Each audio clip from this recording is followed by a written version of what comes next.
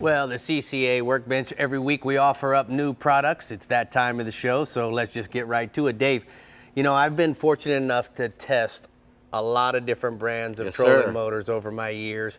And I will tell you, this Rodin I've been testing now, as you can tell, you know, it's been put through the paces.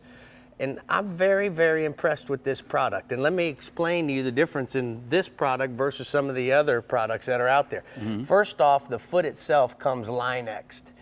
So that continues to keep the paint jobs in the past have always been a significant problem, because when we pull them up on the bracket to store them in the run position, it has a tendency to scratch. The other thing that I like is on the skeg itself, we actually have a zinc that's built in to it.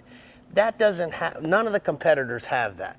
Now, in two blade props and trolling motors, what I've experienced is that you have to run the trolling motor deeper so that you don't cavitate, because they're much bigger props themselves. The two blade props also create a vibration that I think at times scares a fish.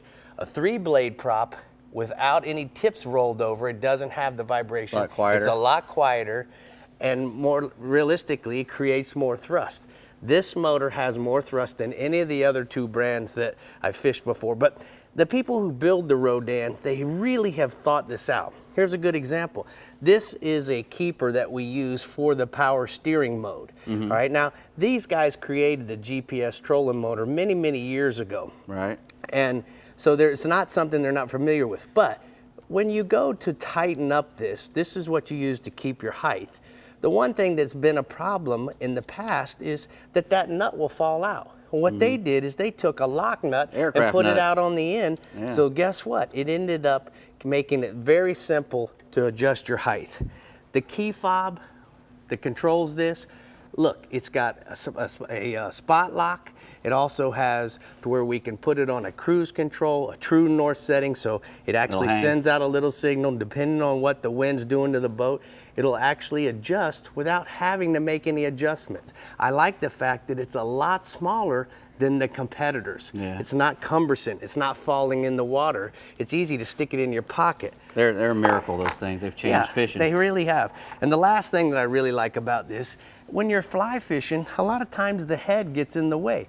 Well, what these guys have done is they've made this part of the head where the cord is a lot friendlier. And guess what? I noticed that we're not catching the fly line on it, because the part that you would have a problem with is facing the right way, or you know, not facing in harm's way. I got So what else you got here? I didn't leave you very much time, That's Dave. all right. Well, we'll talk about these Williamson lures out here. We've got, those are the Subsurface Pros, and that's a Subsurface GFX, and they're really good for, you know, just about anything offshore. You know, dolphin, anything will eat it, and inshore fish will eat it too. Snook, redfish. You use those things to walk underneath the water, subsurface walking. They sink. When they sink, they flutter horizontally. They're weighted to sink horizontal, and they'll flutter like this, and then you just rip it. You can rip it. You can go, you know, stop and go. You can do whatever you want. You can also swim it subsurfacely. And they're, you know, as you can see through there, look, it's through wired, like all Williamson stuff is. They ain't gonna, you're not gonna, you know, have one of these little hooks pull out. They have really strong oval rings, you know, double strength rings on it, and inline VMC hooks.